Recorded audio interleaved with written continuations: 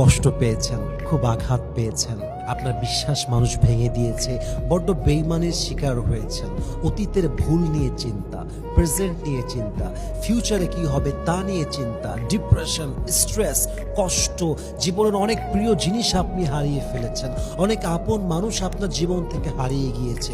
এত কিছুর পরও আপনি মুচকি হাসি দিচ্ছেন, আপনি পড়ছেন আলহামদুলিল্লাহ, আমি অনেক ভালো আছি, আলহামদুলিল্লাহ, আল্লাহ আমাকে অনেক ভালো রেখেছে। এটাই হচ্ছে আসল সবরের পরিচয়, ঠিক কিনা বলেন? সবর মানে এটা নয় যে আমি চুপচাপ বসে বসে সব দেখতে থাকবো, তাও নয়। সবর মানে আমার যেটা করার সেটা আমি করব।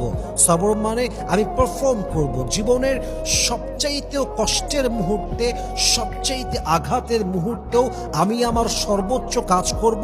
আর এটার নামই তো আসল ধৈর্যের পরিচয়, ঠিক কিনা বলেন? আমি আল্লাহকে বিশুদ্ধার করতে পারি না যে আল্লাহ তুমি কেন এটা করলা, আল্লাহ কেন বেঈমানি হলো, আল্লাহ তুমি কেন কেড়ে নিলা, আল্লাহ তুমি কেন আমাকে দিলা না। No, I can't say something like this. আমি বলবো আল্লাহ তুমি যদি নিয়ে খুশি হও আমি তাতে খুশি, তুমি যদি দিয়ে খুশি হও তাতে আমি খুশি, যদি কিছু হারিয়ে গেলে তুমি খুশি হও তাতে আমি খুশি, তুমি যদি আমায় কোনো নিয়ামত দিয়ে খুশি হও তাতে আমি খুশি। আল্লাহ আমার কোনো কমপ্লেন নেই, তুমি যেমনেই রাখবা আমি তেমনেই খুশি। জাস্ট এই একটা বাক্য, একটা শুকরিয়া আলহামদুলিল্লাহ আপনাকে আপনার জীবনে সবচেয়ে সুখী মানুষ বানায় দিবে, ঠিক কিনা বলেন?